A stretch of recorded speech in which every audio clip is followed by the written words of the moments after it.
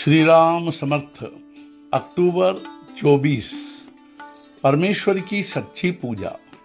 देहाभिमान नष्ट होने पर चिंता का कोई कारण नहीं रहता। मैं साधन करता हूँ, ऐसा अभिमान देह के अभिमान के कारण निर्माण होता है। यह साधनाभिमान भी घात करने वाला होता है। अतः जो कुछ भी होता है ईश्वर की इच्छा से होता है, ऐसा माने। हमारा हित किस बात में है, यह परमेश्वर को ही बहुत अच्छी तरह से समझता है और वह सब तुम्हारी भलाई के लिए ही करता है। अतः किसी भी प्रकार की चिंता नहीं करनी चाहिए।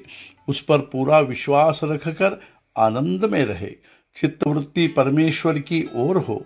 परमेश्वर की ओर से यदि वह विषय की ओर आसन्न होने लगी तो मौका पाकर उसे पुनश्च परमेश्वर की ओर मोड़े।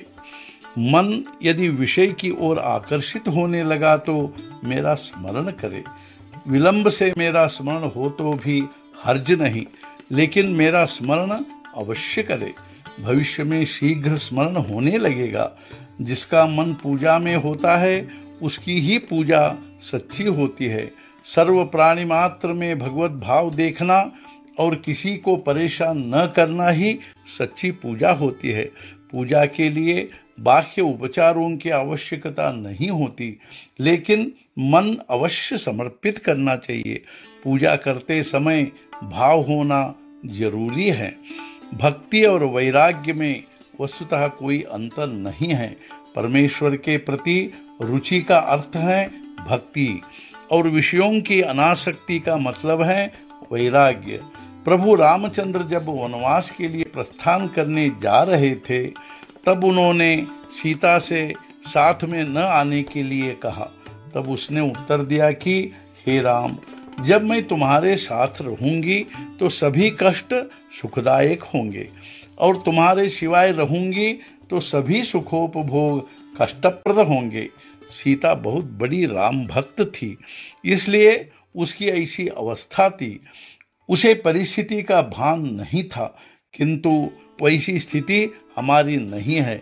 हम एक तरफ परिस्थिति पर अवलंबित होते हैं और दूसरी ओर हम भगवंत की इच्छा भी करते हैं।